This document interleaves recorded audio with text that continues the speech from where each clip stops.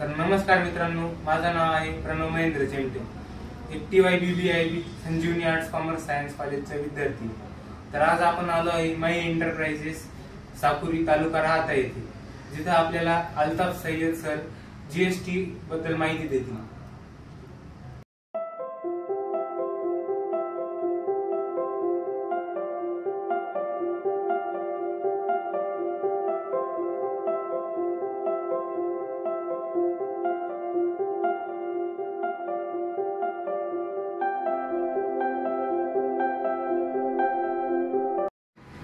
नमस्कार, माझं नाव अल्ताफ सय्यद आहे.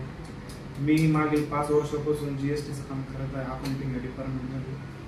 माझे वर्क एक्सपिरियन्स असा आहे की मी पहिले CA ऑफिस येथे कामाला होतो 1 वर्षासाठी.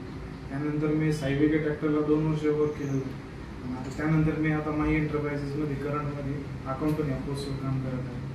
माझं एज्युकेशन मी BCom+M.Com+ डिटेल केलेलं आहे, डिप्लोमा इन टॅक्सेशन. त्यासाठी टॅक्स ऑडिट वगैरे सुद्धा मी करू शकतो.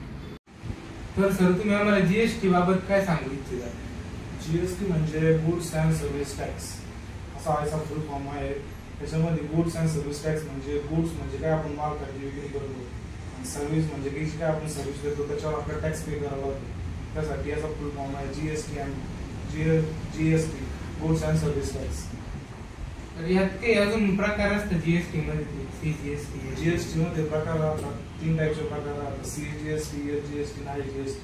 CGST आणि SGST जेव्हा ऍप्लिकेबल होते, जेव्हा आपण एखाद्या राज्यात व्यवहार करतो त्या ठिकाणी CGST आणि SGST ऍप्लिकेबल होतात, आणि जेव्हा आपण राज्याच्या बाहेर व्यवहार करतो त्या ठिकाणी IGST ऍप्लिकेबल होतात. 3 प्रकारचे टॅक्स असतात. CGST आणि SGST हे वेगवेगळ्या गव्हर्नमेंटद्वारे ऍप्लिकेबल राहतात. 14 म्हणजे आम्ही सध्या बँकेच्या क्षेत्रात मी काम करत आहे, त्याच्यामध्ये 28% टॅक्स असतो. त्याच्यामध्ये 14% CGST पे करावा लागतो आणि 14% SGST पे करावा लागतो. असे 2 प्रकारचे CGST म्हणजे सेंट्रल गव्हर्नमेंट, SGST म्हणजे स्टेट गव्हर्नमेंट.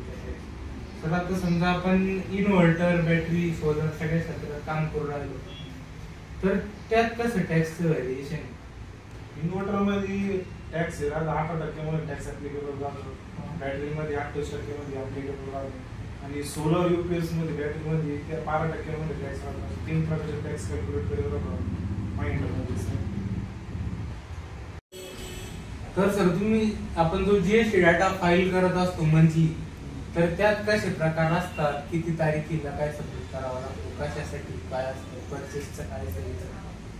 GST 2 ठिकाणी फाईल करावा लागतो. एक पहिला GST आला तो सेल्स साठी ऍप्लिकेबल राहतो, तो आपण 11 तारखेच्या आत भरावा लागतो. दुसरा आहे GST 3, तो आपल्याला 20 तारखेला फाईल करावा लागतो. त्याच्यामध्ये परचेस राहतात, म्हणजे काय आपल्याला सेल केलं त्याच्या आधीच आपण किती ITC कमवलं ते मायनस करून आपल्याला GST भरावं लागतो. म्हणजे महिन्यातली जी काही परचेस रिलेटेड उलाढ आले खरेदीची 20 तारखेपर्यंत फाईल करावा लागतो.